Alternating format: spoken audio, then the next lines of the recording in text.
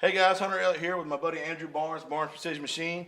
It was several weeks ago that we had posted on Facebook for people to submit AR-15 related questions.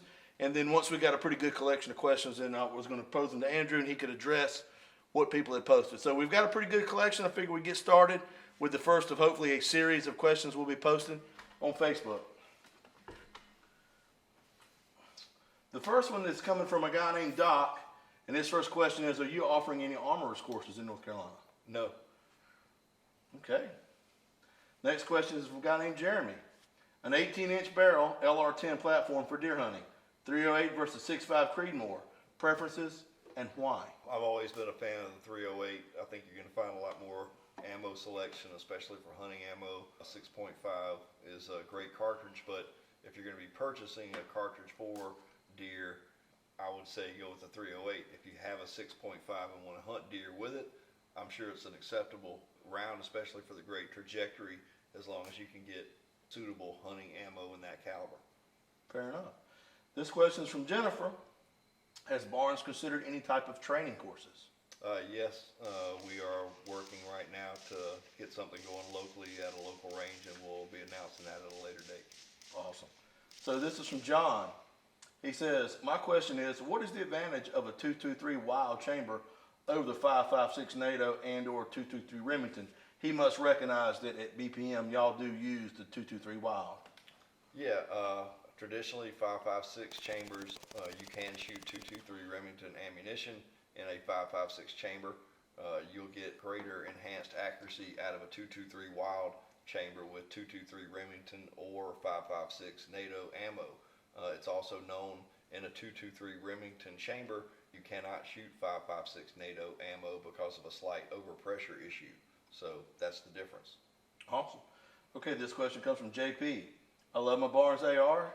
I can buy 223 when it's sometimes cheaper than 5.56. Great machine. So is there really any advantage if you're running the Barnes with a 223 Wild chamber? Is there any advantage over running 223 versus 5.56? As far as ammunition or chamber itself? As far as ammunition. I think that you're going to find a broader range of hunting in 223 Remington. I think you're going to find a broader range of accuracy in 5.56 NATO. Cool. So here we go. Here's one. What details separate a mass-produced consumer-grade AR versus a premium AR? What detail specs should people look for when shopping for a high-quality rifle? This comes from Tress. I would say definitely consider the alloys used in the bolt carrier group, for example. Carpenter 158 in the bolt, 8620 in the bolt carrier per mil spec. I would say quality of the barrel, quality of machining of the barrel, the chamber reaming. Also the coatings, plating technology of the rifle. That's where you're going to get your advantage over an otherwise mil spec or manganese phosphate coated weapon, for example. I think you'll have an advantage over a traditional plastic handguard rifle with a free float handguard for accuracy. And as an example, our Barnes Precision Machine free float handguard has a longer barrel nut to support that longer free floated handguard where leverage is induced at the end on a sandbagger with a sling. Fair enough. Or this question comes from Phil. He says, I'm pretty sure I know the answer, but I definitely know Andrew Barnes will. I reload my own ammo. Is it possible to lower the powder charge to go subsonic? If we're talking 5.56 and you attempt to load the subsonic, you'll more than likely have function issue with the weapon. If you're loading subsonic with a 300 blackout, as long as you have a proper gas set up, buffer set up, you shouldn't have any problem with subsonic. All right. And that's all going to also depend a lot on the bullet weight that you determine. Correct. This question comes from Frank. Andrew is an excellent resource. Thank you for the opportunity. My question is about Carpenter 158 versus 9310 for the bolt. Is C158 the best choice? And if so, why? I think C158, Carpenter 158 is the best choice because number one, it's mil spec. It's what they have stated as the selected alloy for the bolt body. Also, I think it is comparable to 9310. There's not a significant amount of strength difference, but I think that there can be a significant amount of availability difference at certain times of either alloy back to the adhering to the mil spec call out Carpenter 158 is the mil spec material. Excellent. Okay, this question comes from Gabe. He says, I'm looking into long range shooting. I was thinking about buying a complete 6.5 Grendel upper so I can switch uppers when I want. Or would you recommend a dedicated long range rifle? What are the pros and cons of each? The cons of buying two rifles is that you pay twice the money. The pros of buying one rifle and two uppers is you don't spend as much money. You have one fire control group, one trigger you're used to, one stock length that you're used to.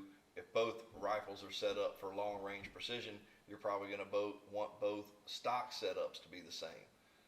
If you're going to be having one gun set up for CQB and one gun for long range, well, okay, buy two guns. So a lot would really depend on the lower. Correct, and then what you're going to do with it. If both guns are going to be long range precision, lay down in the prone, shooting off a bench with a rifle link buffer and spring set up, Sure. why not just buy a rifle and an alternate upper to put on that rifle? You can only shoot one at a time. That's right. So this question comes from James. He says, I was wondering about the pros and cons of an unregistered AR-15 lower, 80% lower. Basically, he's asking, really my question is about the cons. Can I take my rifle to a gunsmith if it needed work, maybe that he couldn't perform? Will my 80% lower work with a BPM upper? Are there implications for future suppressor use on an unregistered lower? What about SBR?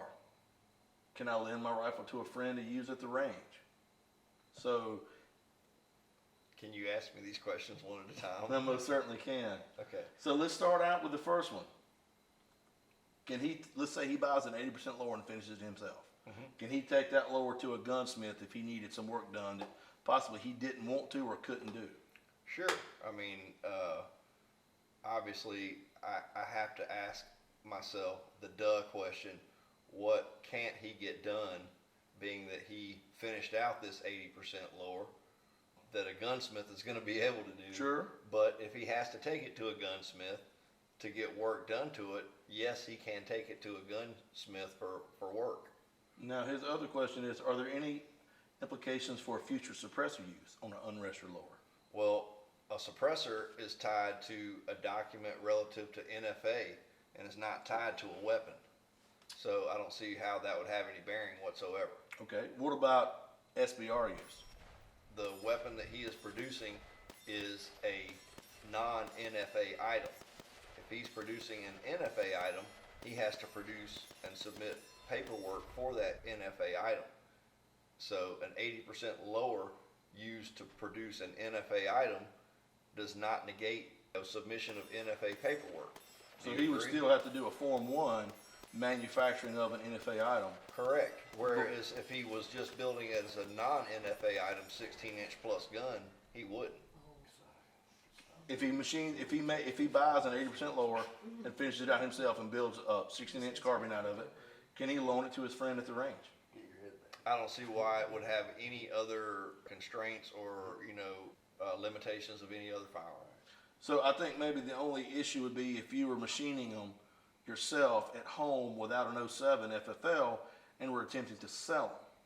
That's maybe where you would run into a little bit of trouble because now you're basically in the firearm business for profit. Correct. Okay. Well, that is about all we've got here for the very first submission. So we're going to go ahead and wrap this up. We'll do this on a pretty regular basis as long as we're getting questions in. I mean, we've got a great resource here with Andrew right here, close to the house. So take advantage, guys. So anyway, that's about it.